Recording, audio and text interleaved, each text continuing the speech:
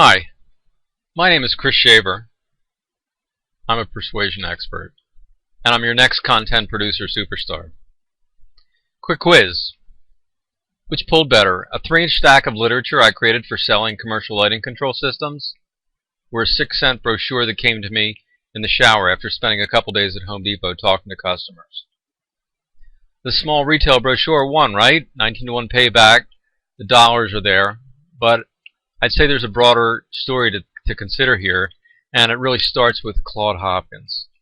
And I owe a debt to Claude Hopkins, and Clyde Bedell, and John Cables, David Ogilvy, Joseph Sugarman, Reason Trout, and dozens more alive today, particularly people in the expert industry who've taken this information on scientific advertising and persuasion and really advanced it and built on the knowledge base in profitable ways.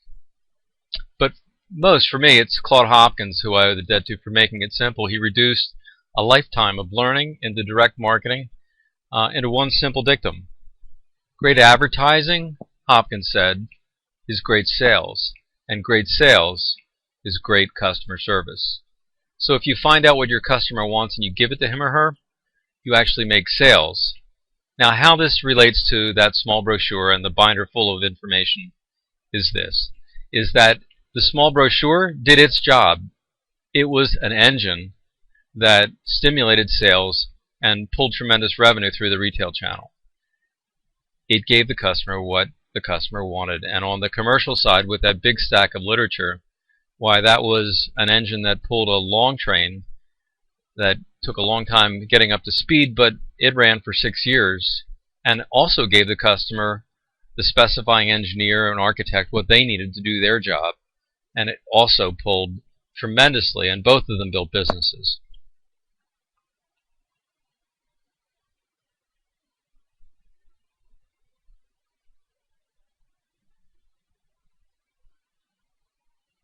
My name, as I said, is Chris Shaver. And for half my career, I made a living following around great salespeople. Then I used their conversations with customers to create ads and sales literature and websites and training materials that sold products. Listening carefully to the salespeople and the customers, what they both said and didn't say, that was the key for me. And then I would take that information and structure it and apply what I knew about direct marketing into headline writing and readability and creating offers, compelling offers that generated substantial profits. For the other half of my career, I've been a salesperson, and a damn good one, which I should be because I learned from following around truly the best salespeople you could imagine. But here's the secret. As a salesperson, I didn't sell with my mouth. Really, I was a content-producing superstar, and I used my copywriting skills, my direct marketing skills, to get my foot into some very tightly closed doors. What happened was, 10 years ago we started Booking which was an affiliate network in the travel lead gen space. We started from scratch, and it was my job to start up and sell and manage that network, which was to be the lifeline of the business.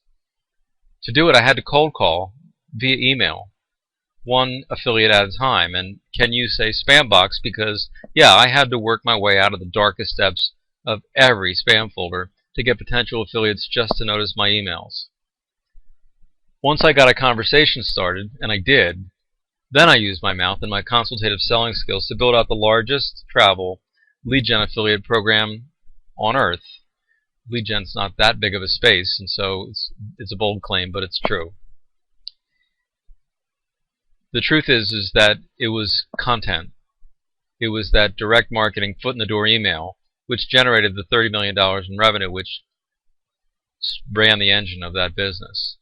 And if I have a claim to fame, it's that my new affiliates, almost to a person, complained that they simply had to answer that email. And many of them were pissed that they had to pull it out of their spam box to do it.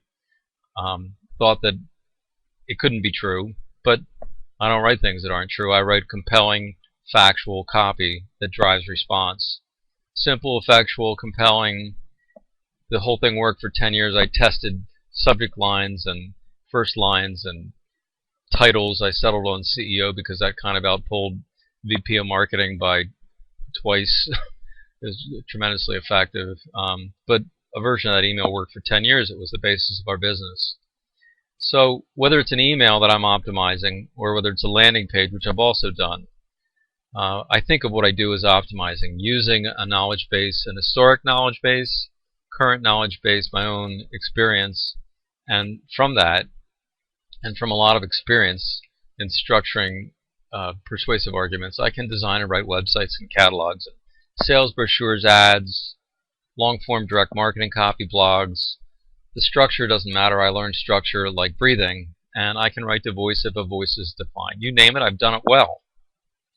Along the way, I've played a major role in the sale of over $500 million worth of consumer and commercial products as a result.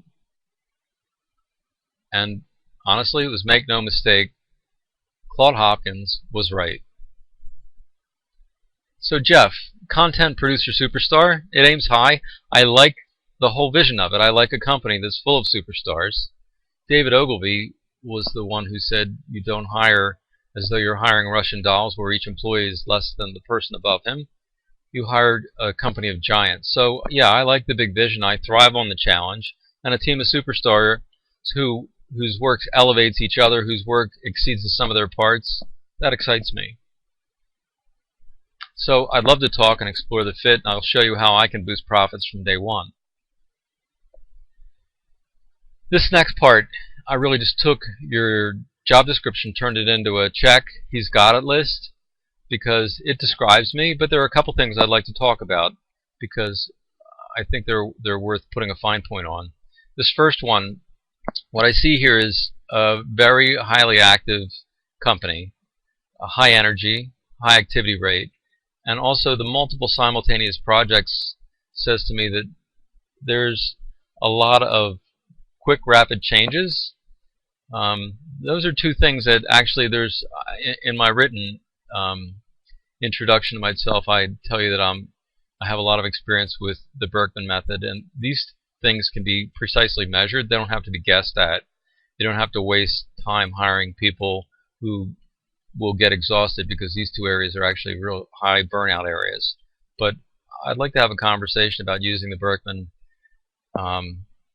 Certainly share mine with you and show you what it's all about. But I think looking at the team's Berkman numbers and mine can save a small entrepreneur-based company literally thousands of wasted dollars from hiring wrong people, but worth a conversation. This next thing, great at summarizing, you had pulling out bullet points. I think of it kind of more detailed than that. It's usually, for me, restructuring arguments, then pulling out the key benefits and polishing them up. Maybe I'm, quibbling. I can pull out, I can pull out bullet points. So sure. So team player, 2 miles ahead, racing back to help.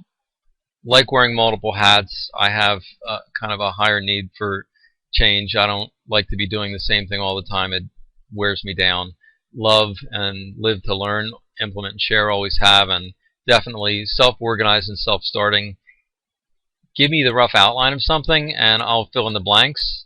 It actually works the opposite for me. If you tell me too much what to do, it demotivates me. And I definitely also thrive on challenges. Have some stories there that could prove it if you're interested. So next, I have minimal content distribution. I've been on the internet marketing for a long time, but content distribution, I've been in some of those platforms, noodled around. Haven't lived there. Software challenge, I think. Copywriting skills and instructional design skills, they're exceedingly strong.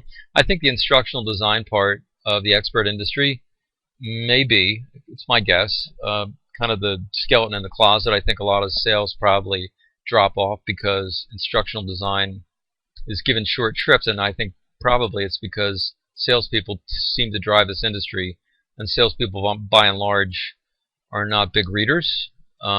Just my sense. I understand the tension between getting things done fast and using video, but it's possible that I definitely have the skills, so it's possible we could use them to test some things and make more money and get stronger customer retention than you currently have. So complete self-starter, detail-oriented, enjoy finishing, fast-paced environment.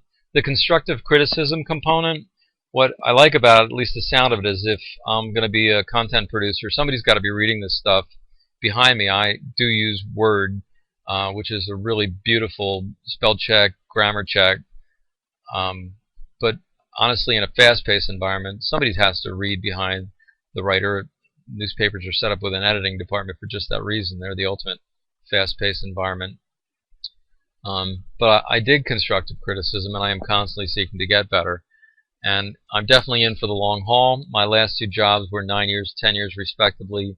I had a VP who died suddenly, unexpectedly. Otherwise, I'd probably still be at Lutron. And Google, in my just previous gig, kind of squashed out the travel affiliate space. Google giveth and Google taketh away.